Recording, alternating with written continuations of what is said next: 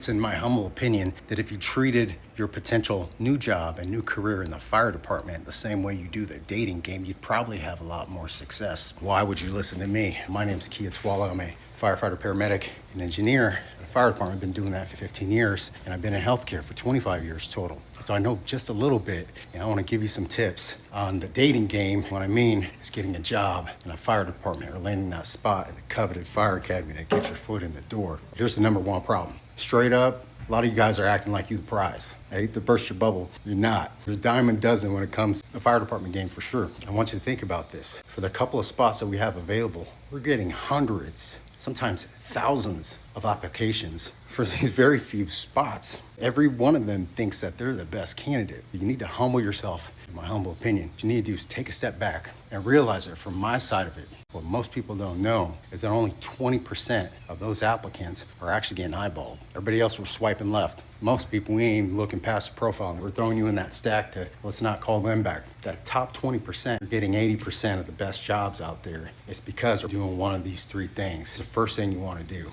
is you want to build your stats. You wouldn't go out into the dating field. You ain't even got a car yet. You wouldn't go out on the dating market if you didn't have some type of mouthpiece on you. You weren't able to spit game. You didn't have good cologne. You didn't look the part. It's no different when you try to go and get a job in the fire service. You need to pad your stats, and the best things you can do is get those minimum requirements. It is a physical job. You got to do some physical stuff.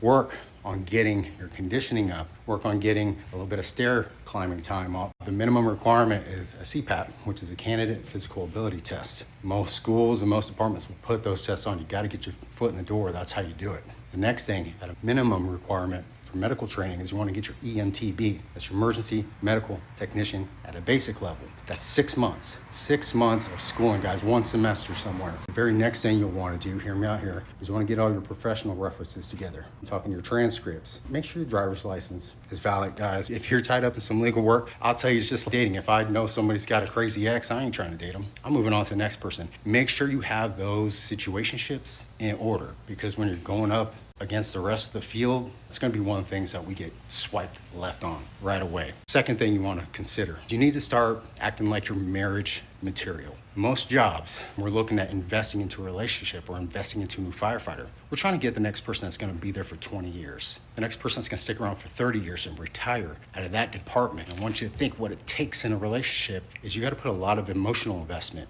a lot of financial investment upfront, and you're doing that in hopes that person's going to reciprocate that investment by sticking around and loving you back, right? It's no different with the fire department. You spend upwards of 30 to 40 to 50 grand to train a brand new firefighter in the first year. Imagine investing all that. They decide to get cold feet and they want to do another job, or they want to go to another department. If you knew that was the case, you're going to be very scrutinizing, letting people in that door. No different with the department. Start acting like marriage material. If you're looking for a one-night stand, summer fling, probably not the career for you. We're looking for lifelong people that have that commitment level. Last one here. You want to build your frame. And when I'm talking about building your frame up, your physical posture. You're going to need to look the part. The most powerful things you can communicate to other people is that you have the physical presence. I'm not saying you need to be a bodybuilder and go out there and compete, but you need to look the part. It is a physical job. If you're lacking there, that's something that you can improve on. I'm talking about building your frame. That's also your psychological frame. You need to be practicing your interview skills.